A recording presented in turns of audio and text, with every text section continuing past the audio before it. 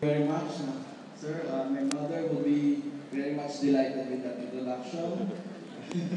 I have 30 minutes to comply with Ms. April Tan's mandate to make economics very, very fun and relatable to the world of finance. So, and I request that you just prioritize my slides more than my face. Okay, I think you will get more from my slides than a close-up video of my face. So, good morning, everyone. So, I will be presenting to you 75 slides. Don't worry, it will be very, very short and quick. I'll try to stick with the 30 minutes. So, it's very difficult to discuss economics, and I was given this title. It was imposed upon me. So, and it is a rather upgraded difficulty of explaining economics and trying to explain it in the terms of golden age. So, is the Philippine economy entering a golden age? So that's my mission in the next 30 minutes. So, what is economic golden age and what is... As a teacher, I would always want to stick with frameworks. So at the end of the day, with all the 70 slides of information, data, you won't even remember or recognize those. But what I want to leave with you is our frameworks that you can bring with you so that when faced with so many data, news items of BBC, CNN, Bloomberg, you have frameworks that will enable you to filter whatever it is that is only useful for you. Okay? So, what is the framework for assessing the economic status of a nation? And then from that framework, we evaluate whether we are actually entering a golden age. And then, as finance students, yes, we're talking about your career and financial wellness, but it's important also that you realize what Mr. Gopier was telling you a while ago, that, well, the finance sector has a huge impact on the total economy. So you do your job well, you'll be technically sharp in the field of finance, and mind you, our country badly needs very, very sharp financial analysts. Okay? So, let's move forward.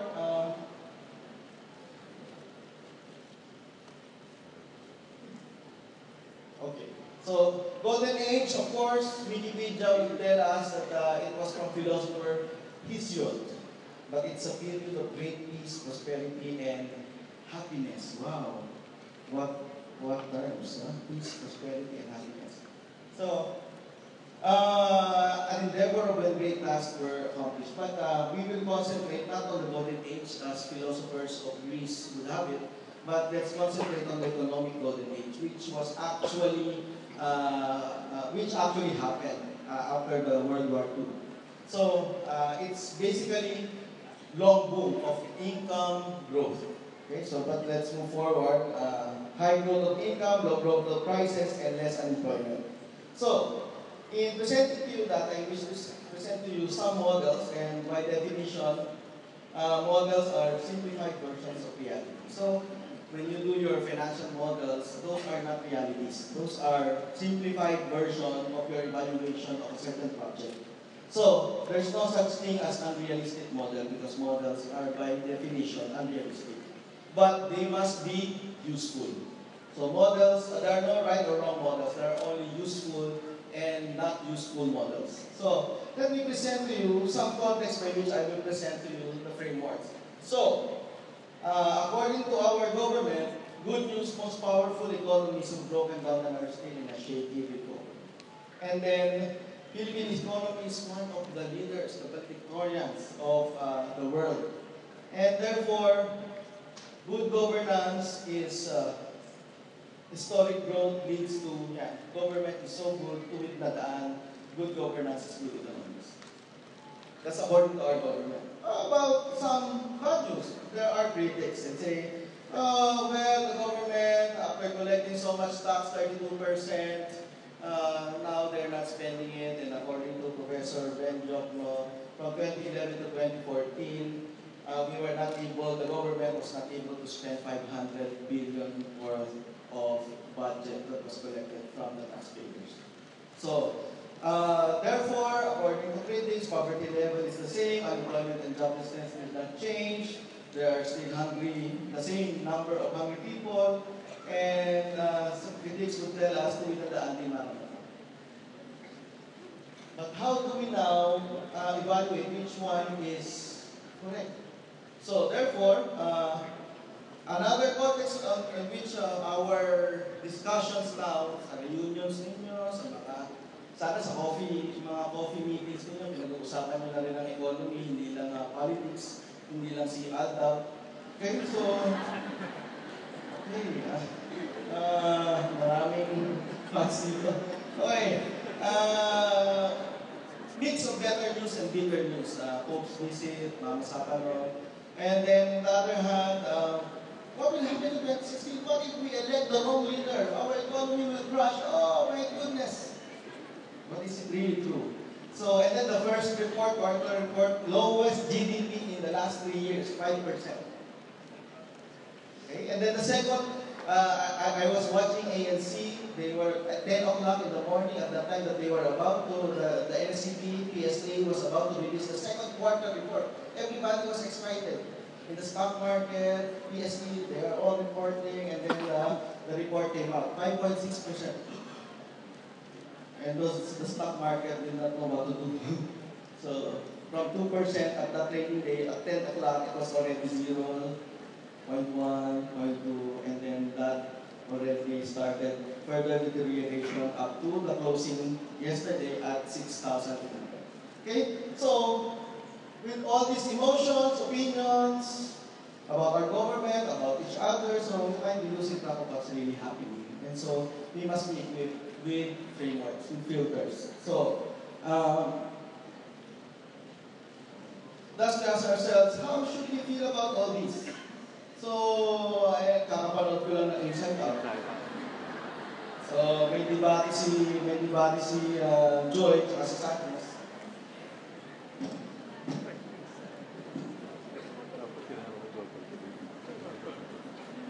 I'm so tired. Okay? So, what should we feel? Don't know. Okay, so the need for models. And how do we know? How do we know? So, by the way, what's the difference between accountant and a finance? But I would like to tell you that your edge, especially in the Philippines, we have a shortage of good financial analysts and good economists. DPWH has been contracting the same consulting companies, the same consultants. They are running out of consultants. Why? We don't have good economists here and good financial analysts, because all the financial analysts would like to go to the banks. But there are good careers in PBB Center, in DPWH, in the OTC, and we need to equip our government with graduates like you. Okay? So, and we start with this. Okay? The need for models. And may misunderstanding of the point. Okay, so basically you've learned about this. Economics is all about the management of the household. It came from the root word oiko, which means habitat, household, yeah, ecology rin. But basically at the center of economics is man. Man's unlimited, multiple, competing needs and wants. Don't ever forget the second half of this definition. You allocate scarce resources to satisfy man. Some textbook definitions of economics have dropped the second part of the definition, which is satisfying man. Naputol dun sa science of allocation of scarce resources. Then they drop man. So once you do that, or once you reverse the equation, you are allocating man to satisfy existing resources. And once you do that, you accept that all these 3,000 students that I am talking to right now cannot even think of ways to expand our resources to benefit more people, because you're just limiting yourself with the existing resources. How about expanding the resources? Okay, so that's very good. So just the word scarce came from the root word exer, which means something was blocked out, which the root word of exer, which cannot satisfy you. An exer cannot satisfy you. Anyway, moving forward, we what is golden age? So, in my personal reflection last night, probably the equation for a golden age is economic development, which we studied from economic history and economic development, but it's defined as economic growth plus alpha. Wow, so what is alpha and what is economic growth? So, we'll try to, well, this is how I imagine it. There are fundamentals without which growth and economic growth and national development would be shaky and not sustainable. And then you will have growth, you will have sustainability and competitiveness, and then you will have um, um, okay, inclusive growth, and then from there we can have quality of life and happiness. So peace, prosperity, and happiness. So mind you, that's the goal of economics: quality of life and happiness. Okay, so let's have an executive summary of those. For the fundamentals, it's important that you have savings, reserves, and infrastructure. For growth, you should have consumption and infrastructure spending. That's the power of an infrastructure project. It is both building your fundamental, and while you're building the infrastructure project, you are already multiplying the money, employing people, so the money is circulating already. That will push growth. So that the problem of our GDP growth is that we have negative 24% in government spending in the first quarter of 2015. That's the problem. That's why we're not achieving that growth that we wanted. Okay, and then sustainability and competitiveness. Once we have that growth, it's important that you manage and you govern it in a good way, in an ethical way. So the first two speakers a while ago emphasized on ethics. So you cannot enjoy growth without that governance, without that ethics. So, and it's important that you will have entitled citizens. We Filipinos love to complain, correct? But we don't know how to demand good services from our government. We don't know how to demand good products from our suppliers. Nahihiya tayo. But if we complain, make sure that it's part of our entitlement. We pay our taxes as part of entitled citizens. We demand good products and good services from our suppliers and from our government. That's the mark of a golden age citizen. So, private sector, outside money, exchange rate, prices, and costs. But let's talk about inclusive growth. What is inclusive growth? Our government analysts have been trying to break their heads in analyzing why have we grown 5 to 6% in the last 5 years, and the unemployment rate and new jobs data have not improved. Why does it not translate to employment?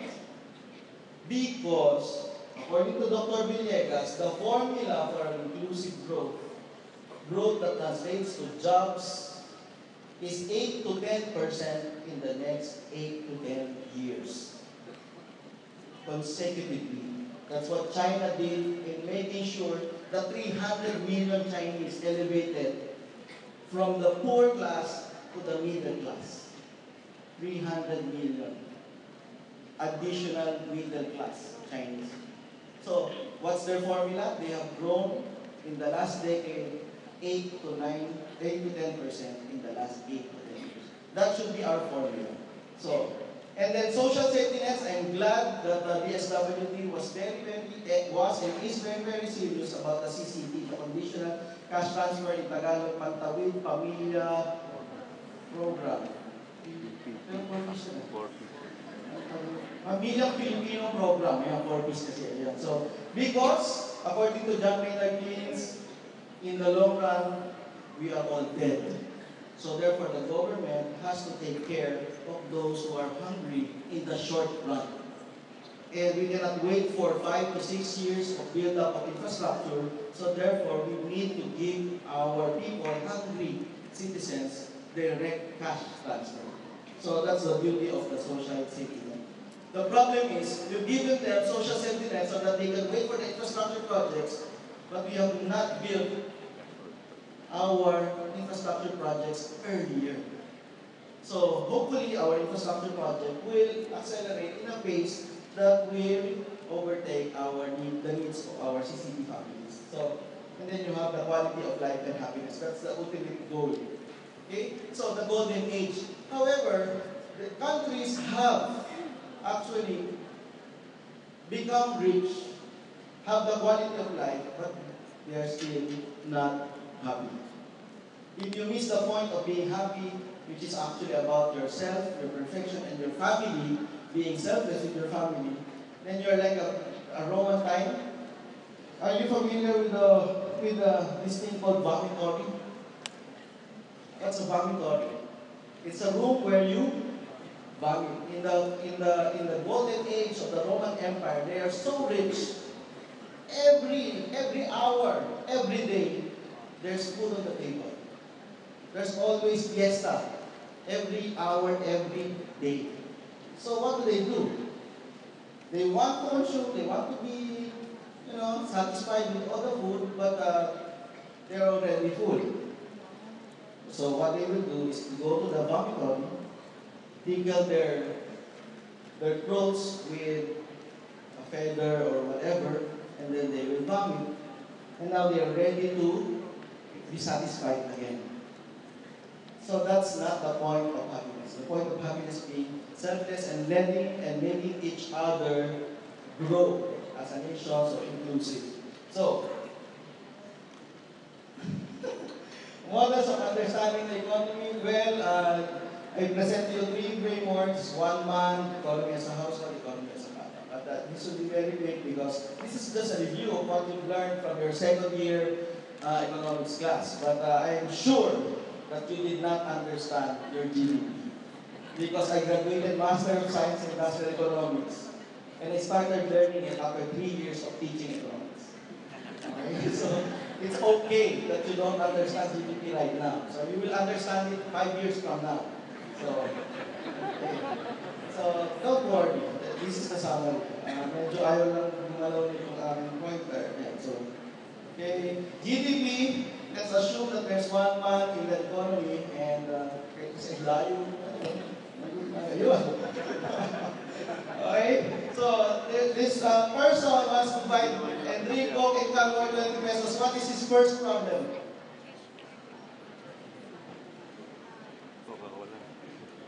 Since he's the only person in that particular country, he doesn't know where to buy that. And he doesn't have money to buy that. So, since he's the only person in that particular country, what will he do? He will become a producer. And by being a producer, then he will pay himself his labor, his idea, his house, rent his house, and then pay himself. After paying himself, he will get 20 pesos, and then he has produced 20 pesos, and then what will happen? What will happen is, there will be 20 pesos, production and firm revenue. So the question is, how much is the total GDP of this particular man? 20, 40, or 80? The GDP is total 20 pesos. That's why GDP is so powerful. That's why it took me 10 years to understand it, because it is the 4 sides of the same coin, if there's such a thing.